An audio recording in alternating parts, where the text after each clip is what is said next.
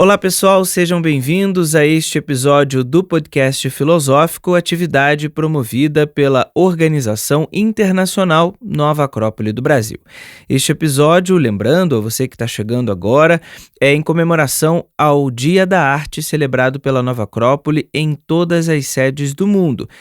Está me acompanhando nessa série o diretor do Instituto de Formação Musical e Artística Tristã da Nova Acrópole aqui no Brasil, o professor Marcelo Silveira. Oi, Marcelo, mais uma vez bem-vindo.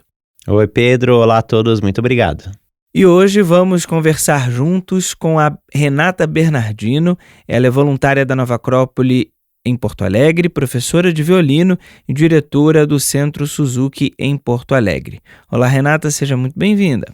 Olá a todos, muito obrigada pelo convite. Bem, Renata, vamos conversar sobre um pouquinho da tua experiência, né, da tua formação musical e também do teu trabalho, né, à frente ali do Centro Suzuki, da educação musical para crianças, ou seja, um tema muito amplo, né, Marcelo, que a gente vai conversar com a Renata hoje. Queria te ouvir um pouco, então, Renata, como foi a tua formação, como você escolheu esse método de trabalho, enfim, te conhecer um pouquinho dessa experiência. Então, a música sempre esteve presente, desde sempre na minha vida. Meus pais cantam e tocam e gostam muito, muito de música, então não tinha outra possibilidade do que gostar muito de música. Isso foi algo extremamente natural e essa naturalidade vai muito ao encontro do método Suzuki, que nós vamos conversar hoje, da filosofia de ensino Suzuki. E logo eu pude escolher um instrumento, comecei a tocar flauta doce, cantar. E em um dado momento, eu podia escolher mais um instrumento na escola onde eu estudava. E foi uma sugestão da minha mãe, no caso, o violino. E eu não tinha muita ideia de como que era aprender o violino, mas acatei a ideia e logo na primeira aula realmente gostei muito. Porém, continuei cantando e tocando flauta por pelo menos uns 10 anos, desde que eu comecei. E quando tive a oportunidade de me tornar, fazer uma graduação, eu tive dúvidas em qual instrumento que eu ia fazer essa graduação. Se seria flauta, canto ou violino, de tanto que eu gostava de tudo que eu fazia. Mas o violino chamou mais forte, especialmente pelo aspecto educacional. Muito do que nós vamos conversar hoje diz respeito à educação de crianças. E o violino é um instrumento que tem um poder de sensibilização muito forte. É um instrumento que toca profundamente o coração das próprias crianças. Então, no momento em que eu comecei a me especializar e me sentir realmente como que enamorada do instrumento, eu automaticamente já refletia o poder que ele poderia ter para a educação das crianças que pudessem ter a mesma experiência que eu tinha. Então, fui começando o processo de profissionalização e comecei já a dar aula junto, quase que concomitante com o processo de profissionalização, eu já dava aulas.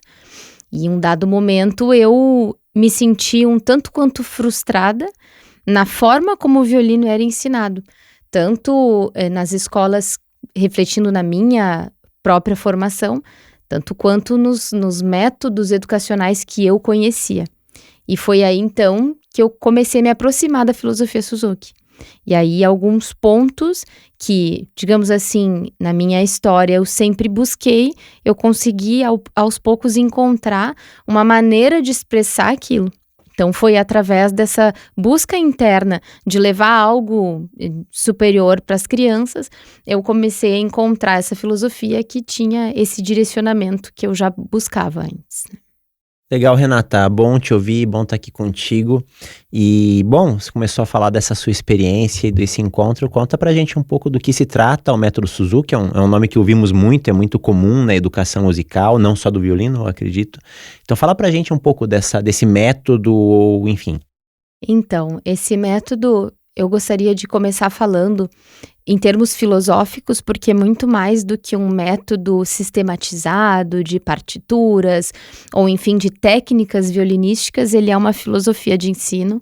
E esse, para mim, foi o aspecto fundamental que fez com que eu tivesse esse encantamento, e creio que todos os professores Suzuki E vou mais a fundo, creio que o fato dele ter, assim, ficado tão famoso no mundo e ser hoje amplamente utilizado tem a ver com esse aspecto humano que toca demais todo o educador, que vê o potencial de cada criança.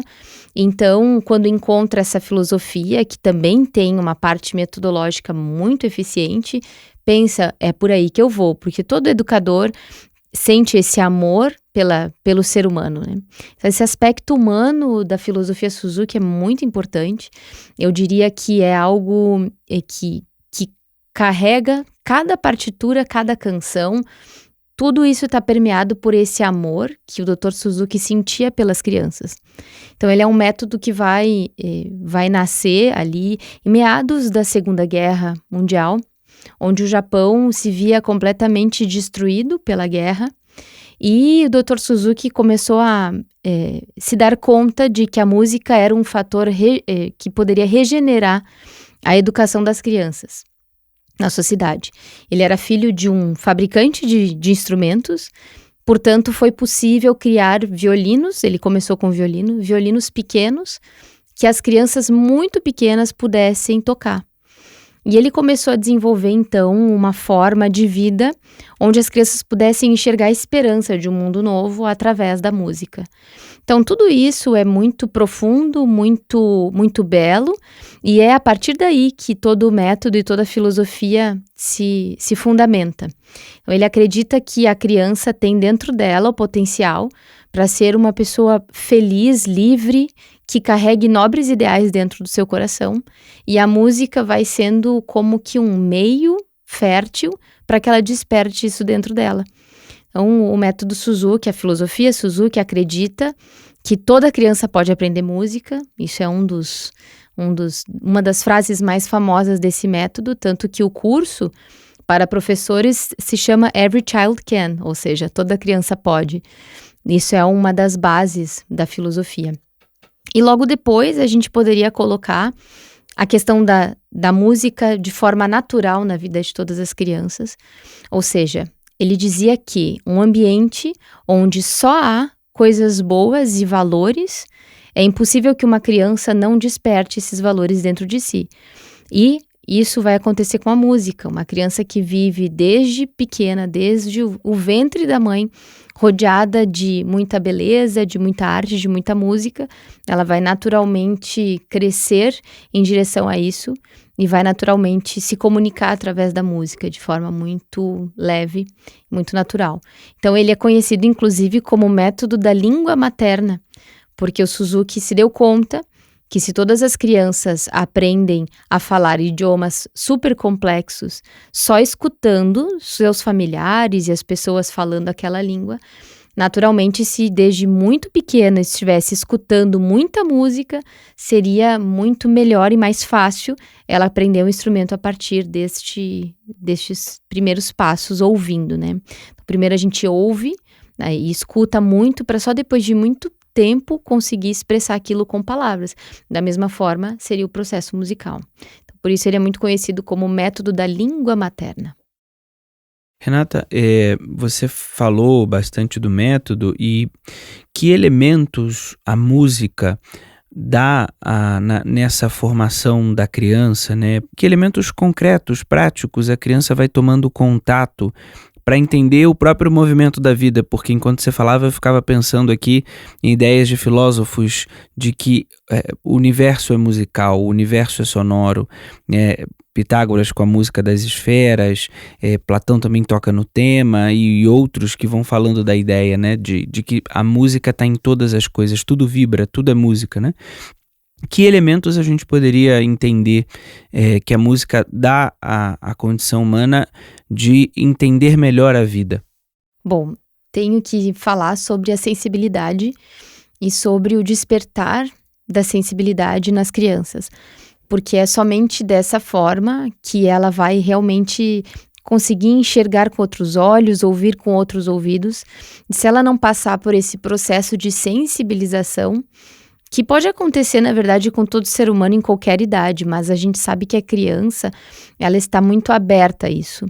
Então, se desde muito cedo a gente proporcionar para ela boas experiências musicais e sonoras, e aos poucos ela for adquirindo habilidades físicas e técnicas para conseguir também ela própria ser reprodutora disso, isso vai abrir uma gama de possibilidades para ela quando ela for maior, ou seja, para o ser humano de modo geral, abre uma gama de possibilidades de compreender o mundo, de conseguir olhar para além das formas, de conseguir enxergar a essência, né? Porque todo esse processo de desenvolvimento auditivo, vamos pensar assim, ele pode ser entendido como algo extremamente técnico, cognitivo, cerebral, né? Ou seja, conseguir distinguir uma nota da outra e tudo mais, porém, ele é muito mais profundo e simbólico no momento que a criança aprende a lidar com algo que é invisível. Ou seja, o som, para começar, ele é muito sutil. E a criança vai aprendendo aos poucos a fazer relações e a desenvolver um ouvido interno que lida com algo extremamente profundo e não é tangível materialmente falando. E esse tipo de sensibilidade, de profundidade, vai depois desenvolver uma forma de vida onde se pode enxergar para além das formas, enxergar o sentido simbólico das coisas, enxergar muito, muito mais do que algo material, enxergar algo que está dentro da própria criança, dentro do ser humano de forma geral. Renata, e eu vou te fazer uma pergunta agora que talvez seja muito útil, porque deve ter pais e mães ouvindo esse podcast. E algo interessante, obviamente sabemos que muitas crianças não têm a oportunidade, a possibilidade de estudar música por onde vivem, pela condição social, financeira. Porém, muitas têm.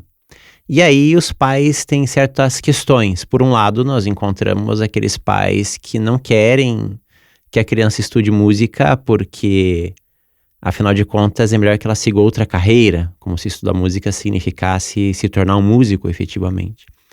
Também há, não só na música, em todo tipo de expressão artística, os pais que colocam a criança para aprender o instrumento, ou a dança, ou algo assim, e querem que a criança seja um superstar, um novo Mozart, a cobrança é gigantesca. A gente está entendendo aqui contigo que todas as crianças podem aprender música.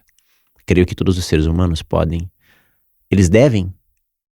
Bom, com certeza devem. Todo ser humano deveria ser um aspecto de direito do ser humano ter contato com a arte e com a música desde sempre. Isso não precisa ser feito só numa escola particular de música. Os pais podem proporcionar experiências musicais, experiências educativas, artísticas dentro de casa, e isso é acessível a todos nós. E de forma bem sucinta, o Dr. Suzuki nos fala da importância da música como ferramenta de transformação humana. E, enquanto filósofos da Nova Acrópole, voluntários, nós temos trabalhado muito acerca dessa mesma busca, de que tudo que nós vivemos possa ser como que uma base, como que para experiências profundas, né? Então, a experiência artística para as crianças, ela tem essa capacidade de proporcionar o desenvolvimento de valores humanos, e isso é um aspecto realmente muito importante. Bom, Renata, obrigado. Eu acho que a gente pode se encaminhar para o final pelo tempo, e eu queria fazer uma pergunta para fechar. Nós sabemos que você já tem, né, algum tempo na Nova Acrópole como voluntária, como aluna do curso de filosofia e também como professora, e um tempo ainda maior como professora de música, especialista no método Suzuki e em outras áreas da educação infantil.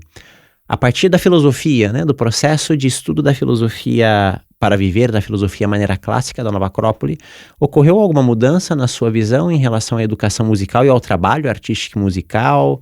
Que mudança foi essa ou não, ou foram confluências? Conta pra gente um pouco dessa relação. Bom, as mudanças a partir dos estudos filosóficos e de todo esse processo reflexivo que a filosofia nos proporciona é encontrar um maior sentido, um sentido de unidade em tudo aquilo que fazemos. Então, a profissão, ela passa a ser uma parte de um todo e a filosofia vai fazendo com que nós consigamos criar essas linhas que unem tudo que nós vivemos. Sendo assim, a profissão, ela passa, né? Então, a minha profissão, no caso, como educadora, ela passa a fazer parte de uma busca interna de desenvolvimento também meu, né? Um desenvolvimento interno de valores que eu busco conquistar e também dessa busca enquanto humanidade de evolução e de crescimento. E a filosofia vai tornando capaz o ser humano de encontrar esses pontos de unidade.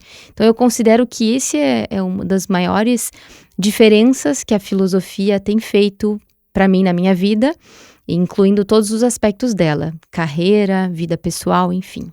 Bem, Renata, então queremos te agradecer aqui a presença em nosso episódio especial do Dia da Arte. Seja sempre muito bem-vindo e até as próximas. Muito obrigada, até as próximas. E Marcelo, mais uma vez, muito obrigado nessa nossa série em comemoração ao Dia da Arte, celebrado em todas as sedes da Nova Acrópole no mundo. Sigamos para os próximos. Eu que agradeço, muito obrigado, Pedro, muito obrigado, Renata. Bem, Marcelo, então agradecemos mais uma vez a presença aqui em nosso podcast filosófico. Lembrando para você que está nos ouvindo, pode escutar este episódio e todos da nossa série de podcasts sobre o Dia da Arte através do nosso site nova-acrópole.org.br/podcast. Por lá você acompanha todos os nossos episódios gravados. Até a próxima!